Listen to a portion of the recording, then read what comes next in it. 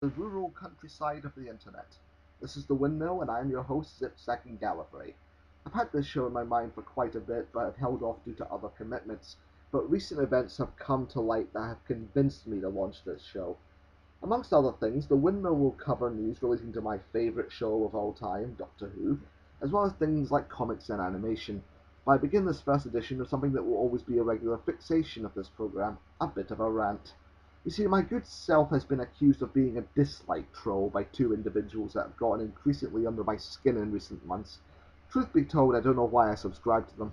Maybe I mistook their admirable passion for something that could lend itself to constructive, intelligent debate, honed to perfection by time and gradual maturity, but then that sadly didn't come for either of them, and they're getting worse with each passing vid.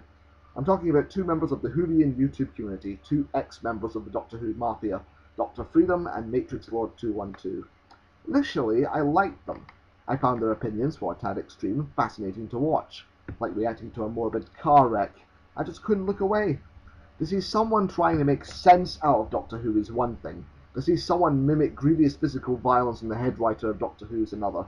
But it's really absurd to see how these two have got it into their heads to block someone who offers them an alternative opinion and just great idea, totally agree, yeah, you're definitely right on that one. Because these two are usually never right on virtually anything. Yet they insist their opinions are fact. They both think they know better than the people running the show, and to me that's the height of elitist arrogance. It's what I call poisoning the well. Fan speculation is all well and good, but when you start insisting that your ideals or the ideals of others are genuinely what are in the heads of writers like Stephen Moffat and his team, that's when you start muddying the waters when the time comes to truly speculate on the more concrete information that is coming out. I don't understand the fixation on spoiler information either. You can preface every video you make with spoiler, spoiler, spoiler, but at the end of the day, the information is still there. The suspense and surprise for everyone is ruined for people who can't resist. Luckily, I've never subscribed to that, and I went into Asylum for Daleks and most of this season without listening to spoilers, but others may not have been so strong-willed. I suppose without spoilers, you don't have a meaty hook for your newsfeed videos, and so you do this to generate viewership. But that just shows you how uncreative you are. Real fans don't post spoilers of any kind, simple as that. Go in blind and you might enjoy the show a hell of a lot more than getting your hopes up and building up a sense of expectation that you expect the show to trip up and fail to deliver on. You want the story in your head to be the story you see on screen, and that never happens. Now on to this dislike troll thing. I can say that until very recently, I don't give either the like or dislike buttons any real attention. Sometimes even when Matrix would irritate me, I'd give him either a like because he said something that synced up with what I was thinking, or I wouldn't give him a like at all, showing that the vid was completely beneath me.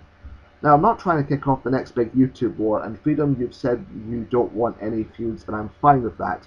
But to block me because I had the nerve to say what I wanted to your face without fear, about how stupid and nitpicky you were being, and how hypocritical you are, and how frantically conditional a fan you are, is the height of insecure self-sheltering.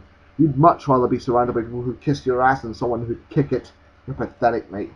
As for you, Matrix Lord, I was never the dislike troll, and the problem won't be solved by you blocking me either, as I was still able to dislike one of your vids today out of sheer retaliation.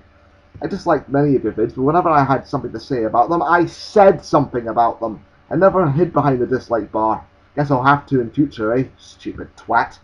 Anyway, that's all for now, folks. Look out for more visits to the Windmill soon. Enjoy the rest of the day. Don't forget to see it. See you later. Bye for now.